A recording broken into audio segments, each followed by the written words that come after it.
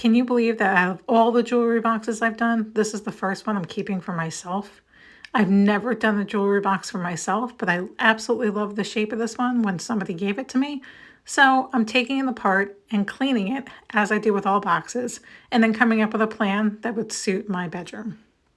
Taking all these little screws out and handles and everything gives me nice clean lines to start with. And that way I'm not fighting with getting paint or primer on the metal pieces if I don't want it there. So once I get it all apart, I'm going to number my drawers. Numbering the drawers, make sure it goes back into the right place when I have a pattern on the front. Next, I'm getting my Dixie Belle's bonding boss, which is an adhesion and stain blocking primer. I don't need the stain blocking part, but I do need the adhesion, so I'm going to give it one quick coat and let it dry for 24 hours.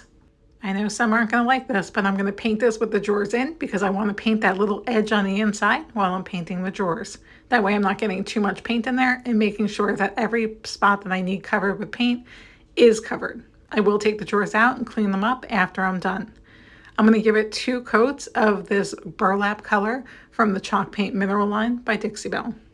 Although I do my boxes kind of fun and funky, mine's going to be a little more subdued to match my bedroom. Next, I got my wedding lace transfer and my monochrome majesty transfer, which is a beautiful large transfer with smaller pieces. I'm using some of the smaller pieces on this box as I think these 2 transfers will go really well together.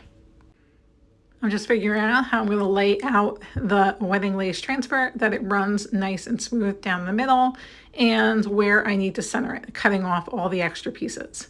Once I line it up, I'm going to do this in one continuous piece, just working each piece onto the drawer, burnishing it down, and then I'll start peeling back that film.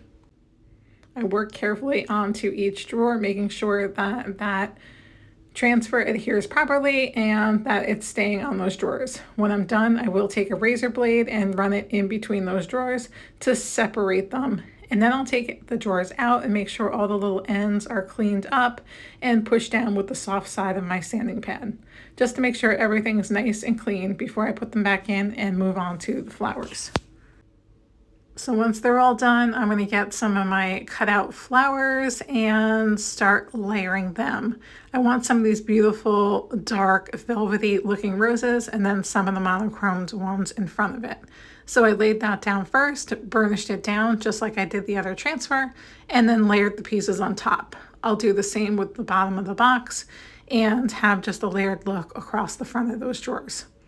Again, once I'm done putting down this transfer, I'll get a sharp razor and cut in between the drawers and make sure that everything is laying down nice before I seal the entire box.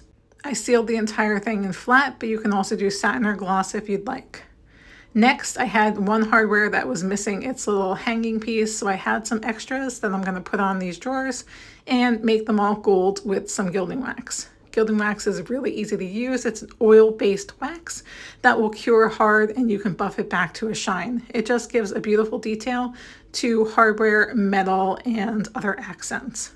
So this is what it looks like. This matches my bedroom, my quilt, and everything else in there, and I'm very pleased with the way it came out.